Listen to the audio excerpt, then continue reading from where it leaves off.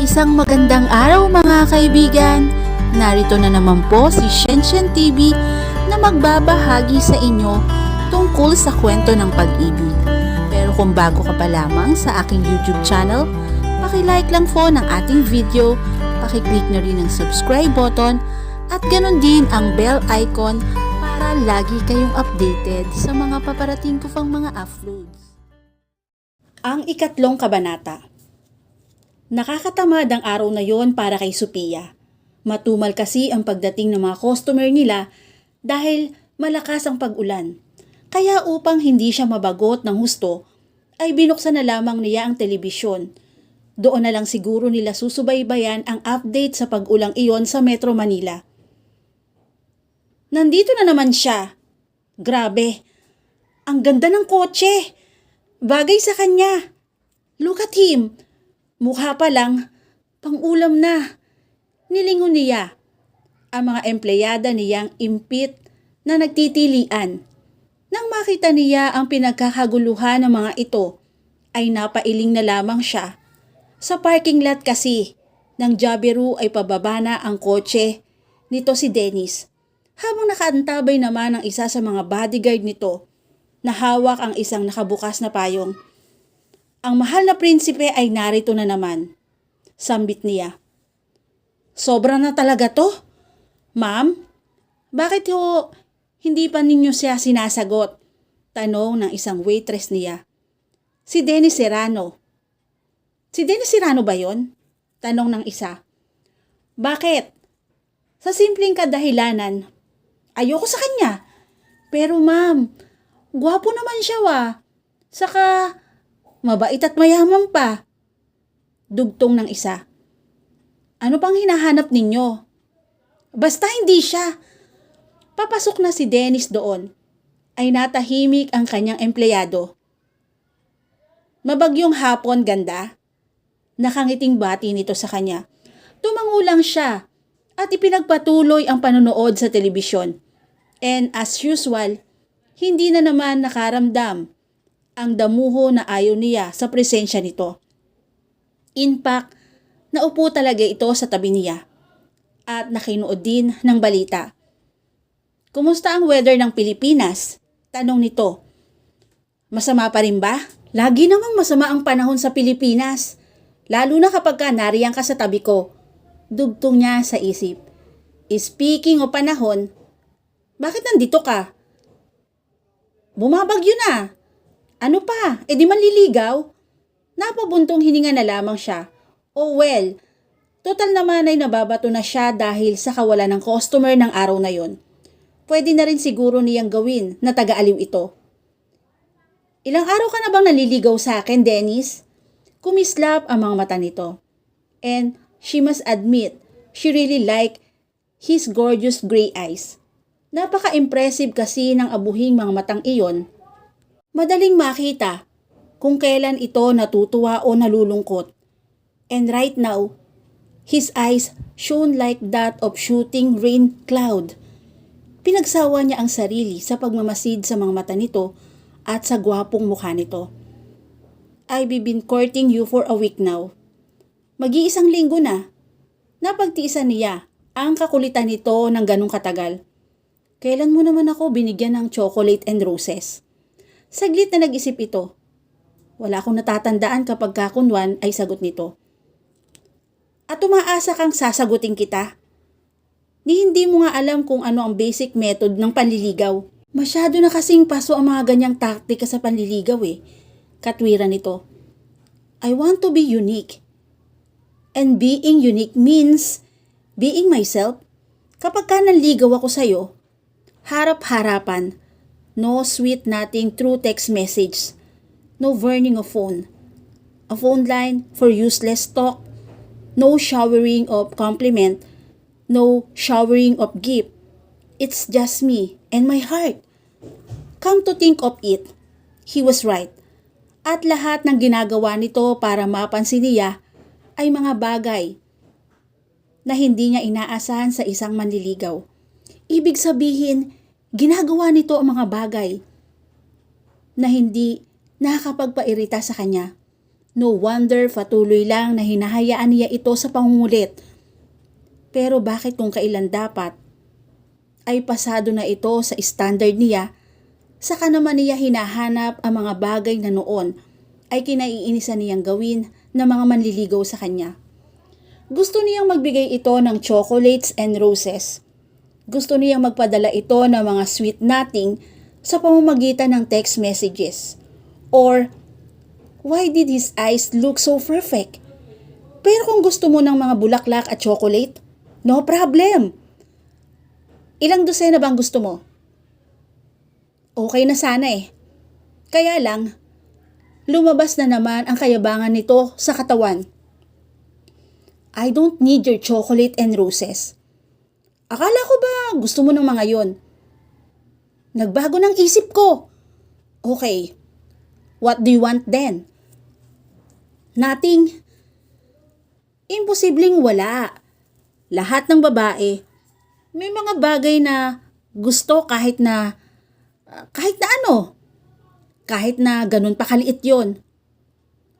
Huwag mo nga akong ituring na kagaya ng mga babaeng nakakasalamuha mo sa mga mundong ginagalawan mo. Tuluyan na siyang nairita rito. Hindi ako oportunista o gold digger. Kung gusto mong ipagngalanda kanyang kayamanan mo, humanap ka ng ibang taong bibilhin. No, I didn't mean. Pwede ba, Dennis? Kung wala ka rin lang namang maitutulong sa problema ko, manahimik ka na lamang dyan. O kaya umalis ka na lamang. Oo, tama. Mas mainam nga yun. Umalis ka na lang. Saglit na natigilan ito, na tila ba nagulat sa naging reaksyon niya. Subalit sa halip, nasundin niya ay nanatili lang ito sa kinauupuan at nakatitig sa kanya. I'm sorry kung ganun kasama ang naging dating ng mga sinabi ko sa'yo, ganda. Pero maniwala ka sana. Hindi naman talaga yun ang intensyon ko eh. I really like you. At sincere ako sa panliligaw sa'yo. Those eyes, hinila niya ang sunglasses na nakapatong sa ulo nito upang hindi na niya makita ang abuhing mga matang iyon. Huwag mong tatanggalin yan. Utos niya rito. Madilim, ganda. Hindi kita gaanong makita. Hey, basta huwag mong tatanggalin. Yang salamin mo maliwanag. Kahit asiwa, ay hinayaan na lamang nito ang sunglasses sa mga mata nito. Nakahinga naman siya ng maluwag. Hindi kasi talaga niya matagalang tignan ang mga matang iyon na tila nanunuot kung tumingin. Tila tumutuklas ang mga iyon ng kanyang mga lihim. Are you still mad at me? Umiling siya. Paano ba siya mananatiling galit dito kung pinagbibigyan nito ang lahat ng gusto niya? Kahit pa magmukhang tanga ito sa mga taong nakakakita rito ngayon. Saglit na ipinusod niya ang mahabang buhok, saka bumaling sa kanya. Gusto na niyang sabunutan ito. Ngayon naman ay gwapong-gwapo naman ang mukha nito at hindi siya nadidistract. He even looked cute with those stupid sunglasses. Tumikim ito bago nagsalita. Nabanggit mo kanina na may problema ka? Maya-maya ay wika nito. May maitutulong ba ako? Yeah, you can make yourself ugly. Hindi naman ganun kalaki we. Sagot na lang niya. Saka itinutok ang atensyon sa pinapanood na hindi naman niya maintindihan. Nag-aalala ko na baka wala kaming mag-imbenta ngayong araw dahil sa lakas ng ulan. Malaki-laki pa naman ang bills na babayaran namin sa buwang ito. Can I help? Help? He was asking her now if he could help. Hindi na ito basta na lang nagpe-presume na kailangan nga niya ng tulong. And she appreciated his respect of her as Jaberu owner and general manager. Ano ba ang tulong na kaya mong ibigay? I can pay all your bills. No. No thanks. Alam ko naman na yan eh. Na yan ang sagot mo. Kaya nga may naisip pa ako na ibang paraan upang matulungan ka. Ano yun? Nang sulyapan niya ito ay nakita niyang lumapit. Ang bodyguard na kasabay nitong pumasok kanina, ibinigay nito kay Dennis ang cellphone ng huli. Ilang sandali pa ay narinig na niya ang solusyong sinasabi nito. Hello, Mariel? Mag-undertime na lamang kayong lahat ngayon. I know it's only 2 o'clock pero may celebration ngayon ng kumpanya. Thank you, Day. Saglit na napakinggan nito ang kausap sa kabilang linya. Don't ask anymore. Pumunta na lamang kayo rito. Sa Jaberu. You know the place? Good. I'll see you all here in 20 minutes. Pagkapatay ng cellphone ay muling kinuha iyon ng bodyguard nito. Nakangiti namang bumaling sa kanya si Dennis. Mariel is my personal secretary. Ilang minuto lang ay siguradong mabubura na ang problema mo. Dito namin ise-celebrate ang Thank You Day ng aming kumpanya. Thank You Day? Oo naman. Kung may payday at birthday, bakit walang Thank You Day? Mabait ako sa mga empleyado ko kaya hindi ko nakakalimutang i-treat sila tuwing may mga okasyong dapat ipagdiwang. Ma'am, bakit tayo walang Thank You Day?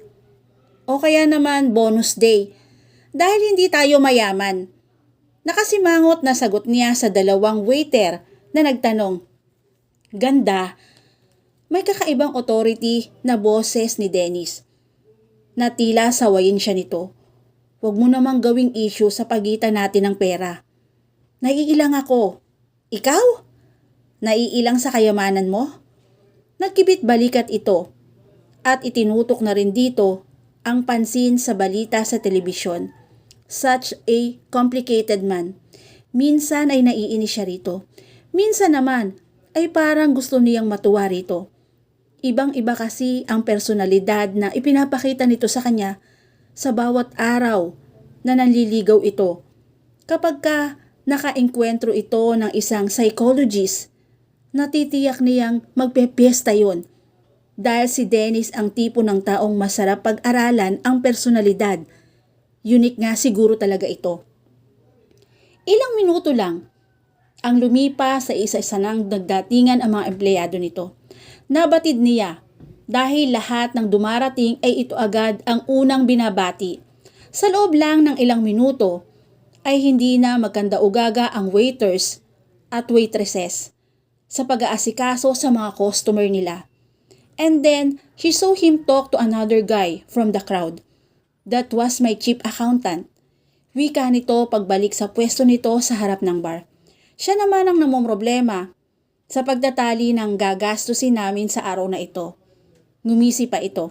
Sasagot sana siya, ngunit naagaw ang kanyang atensyon ng isang live report sa telebisyon. May nagaganap na hostage taking sa hagar ng isang kilalang domestic airport sa bansa. Ang tumatayong negotiator ay walang iba kundi si Ran Pontanilla. Napasinghap siya nang mapatutok ang hostage taker at tinamaan si Ran. Oh my God! Sambit niya. Wala na ito ng lingunin niya. Mabilis nang nakatakbo ito palabas patungo sa sasakyan nito. Hindi alintana ang malakas na buhos ng ulan dahil hindi na naihabol ang bodyguard nito ang payong na ginamit kanina. Pupuntahan ni Dennis ang naaksidenteng kaibigan. Ilang araw ding hindi nagpakita kay Sophia si Dennis. She had a perfect quiet life then. Walang nangungulit at walang nanggugulo. Hay, buhay. Ate, may bisita ka. Nilingon niya ang katiwala sa bahay mula sa pagkakahilata niya sa carpeted floor ng kanyang silid. She was doing her daily routine of yoga to have peace of mind. Sino raw? Ang masugid mong manliligaw. Daig pa niya ang pinukpok ng martilyo sa ulo nang marinig ang sinabi nito. Dennis is here! Hindi niya alam kung ano ang nangyayari dahil nagmamadali siyang bumaba at nang makitang muli ang kanyang hinala ay nakaramdam siya ng panghihinayang. Hi Sophia. Hi Ariel. Napadalaw ka. Gaya pa rin ng dati ang intensyon ko sa pagdalaw kong ito. Ibinigay nito sa kanya ang dalang isang pumpon ng mga bulaklak. Masugid na manliligaw niya ito. Mula nang tumira siya sa village na yon, ay niligawan na siya nito.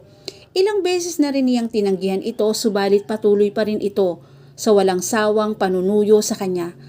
Bakit ba lahat na lang ng lalaking nagkakagusto sa kanya ay hindi niya type? Except Dennis, gorgeous gray eyes, wari ay panunodyo ng isang bahagi ng kanyang isip. Ipinilig niya ang kanyang ulo. Hindi kasama sa usapan ang lalaking yon. Kung tutuusin, wala na siyang mahihiling pa sa isang manliligaw na gaya ni Ariel. Isang matagumpay na negosyante ito. Gwapo pa, matalino at mayaman. Marunong ito sa buhay. Dahil sa pagkakaalam niya, ay lumaki ito sa hirap. Ang problema ay hindi naman kumakabog ang dibdib niya kapag nakikita niya ito. Isa sa mga requirement na ikinukonsindira niya sa isang manliligaw ay yung nakakaramdam siya ng kakaibang kaba tuwing makikita niya ito. So far, ay wala pang pumapasa. Tinanggap niya ang mga bulaklak. There was no harm in being nice. Tirik pa ang araw. Nanliligaw ka na? Biro pa niya.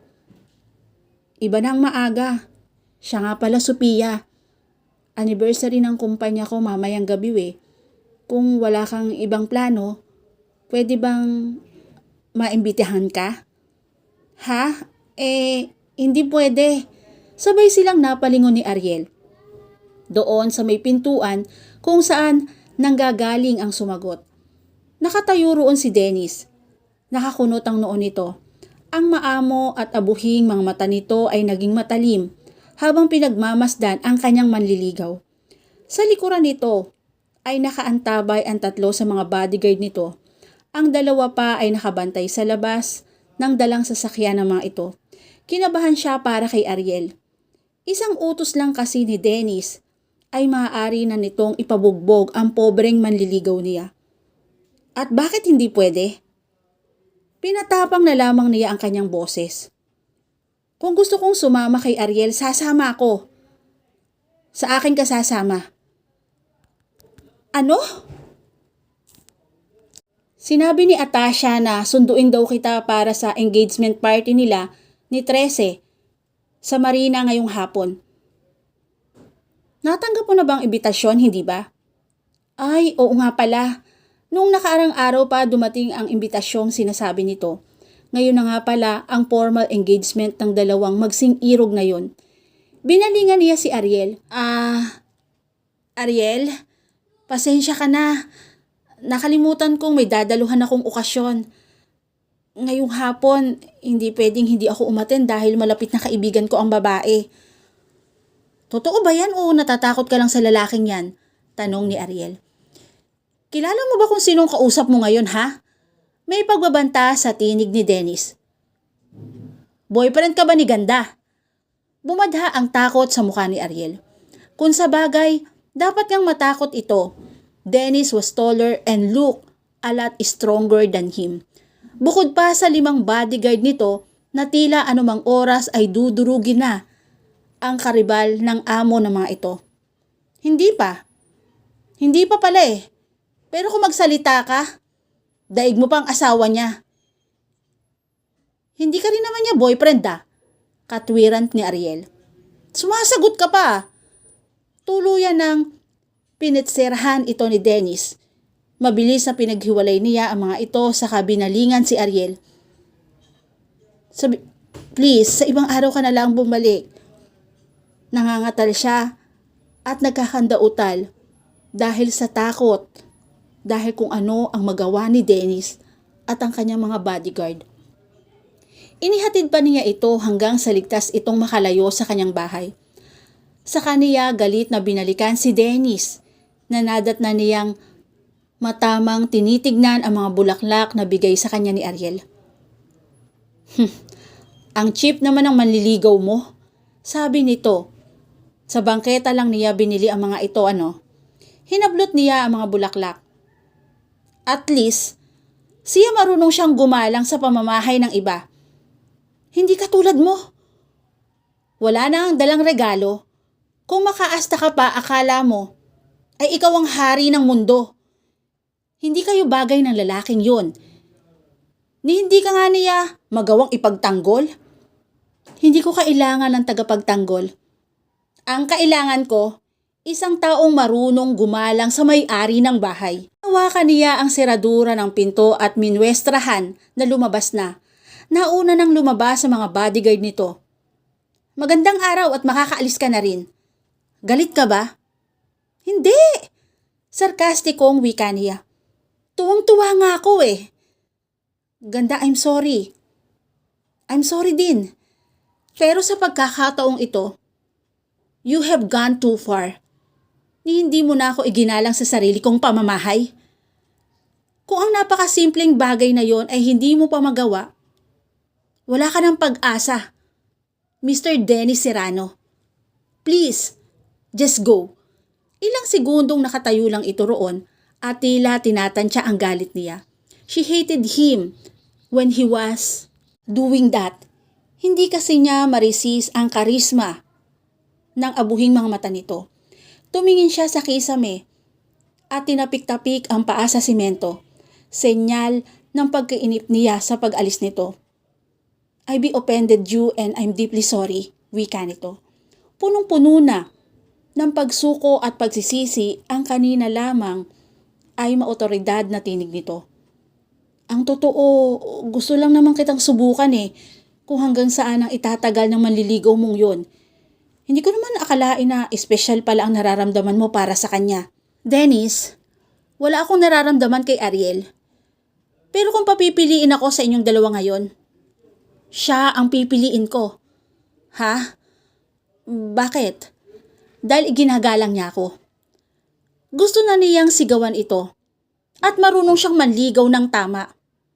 Tama ba ang manligaw habang tirik na tirik pa ang araw? Huwag ka nang mga tuwiran. Basta, mali ka at ayoko sa'yo. Nagsorry na ako ah. There was no use talking to this man. Umalis ka na nga. Pinapahagod mo lang ako. Hindi pwede. Gaya nga ng sinabi ko kanina, ipinapasundo ka sa akin ni na Atasha. Sabay raw tayong pumunta sa marina. Hindi ako sasabay sa'yo. May sarili akong sasakyan. Coding ang kotse mo ngayon. Paano mo nalaman? Nagdududang tanong niya. Sabi ng mga bodyguard ko, nakita yata nila dahil nasa labas ang kotse mo.